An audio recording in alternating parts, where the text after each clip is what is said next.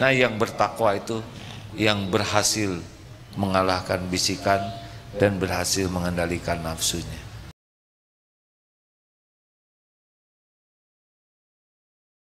Walanabluukum bisyarri wal khairi fitnah wa ilaina turja'un. Mari kita melihat banyak tabungan, banyak nabung atau banyak sedekah.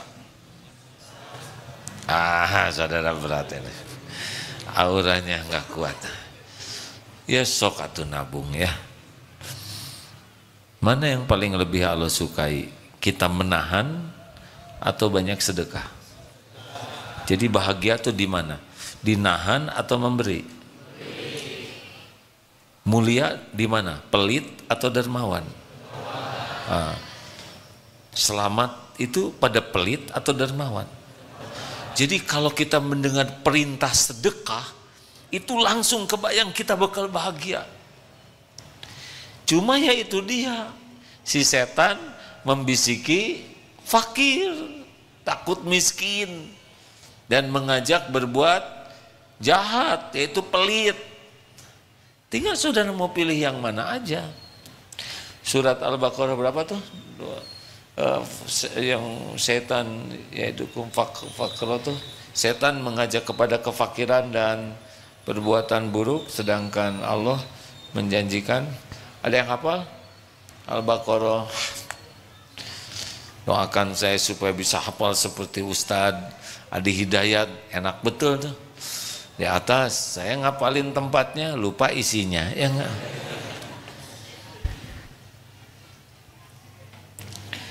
Ketemu? Ada tuh. Kan? 268. Bisa dibacakan?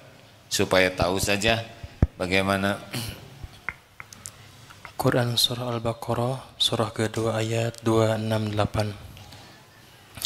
A'udzu billahi minasy syaithanir rajim. Asy-syaitanu ya'idukumul faqra wa ya'murukum bil fahsya. Wallahu ya'idukum maghfiratan minhu wa fadla wallahu wasi'un alim. Setan menjanjikan menakut-nakuti kamu kemiskinan dan menyuruh kamu berbuat keji atau kikir, sedangkan Allah menjanjikan kamu ampunan dan karunia-Nya. Sedangkan Allah menjanjikan kamu ampunan dan karunia-Nya. Allah Maha Luas lagi Maha Mengetahui. Asy-syaitanu ya'idukumul faqra wa ya'murukum bil fahsya. Setan menjanjikan menakut-nakutimu dengan kemiskinan. Jadi cuman bisikan aja.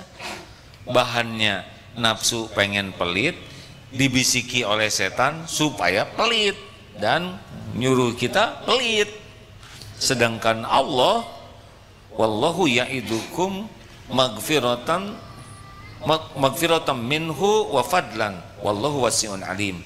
Sedangkan Allah menjanjikan ampunan daripadanya dan karunia, dan Allah Maha Luas karunianya, lagi Maha Mengetahui. Tinggal milih sajalah. Tadi sudah diberitahukan bahwa tidak ada yang paling menginginkan kita bahagia, mulia, selamat, jadi ahli surga selain Allah.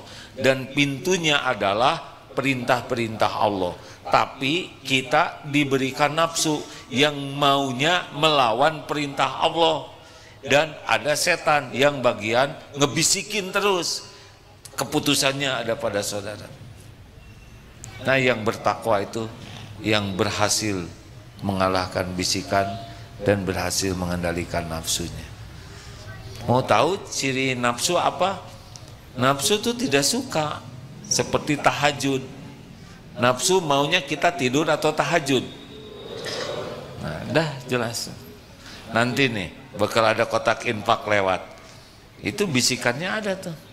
Allah ya gede teh, lagi kumaha makan. kamari geus sakieu engke balik kumaha ieu ribut we sendiri ya. Akhirnya lewat teh kotak infak, nanti ajalah di sana tuh katanya supaya ikhlas gitu. Pas sampai di kotak yang sana, oh kedorong nggak jadi, besok gitu terus lunas. Selalu ada bisikan yang membuat kita lebih mengikuti nafsu. Lawan. Ini seninya hidup. Memang begini saja. Hari-hari kita itu hari-hari perjuangan bermujahadah. Begitu memang. Dan nanti yang bisa mengubah kita adalah Allah. Allah melihat perjuangan kita. Walladzina jahadu fina lanahdiyannahum subulana. Dan orang-orang yang all out bermujahadah, Allah benar-benar menunjukkan jalan-jalannya. Makanya kalau ingin berubah harus punya doa dulu yang kuat.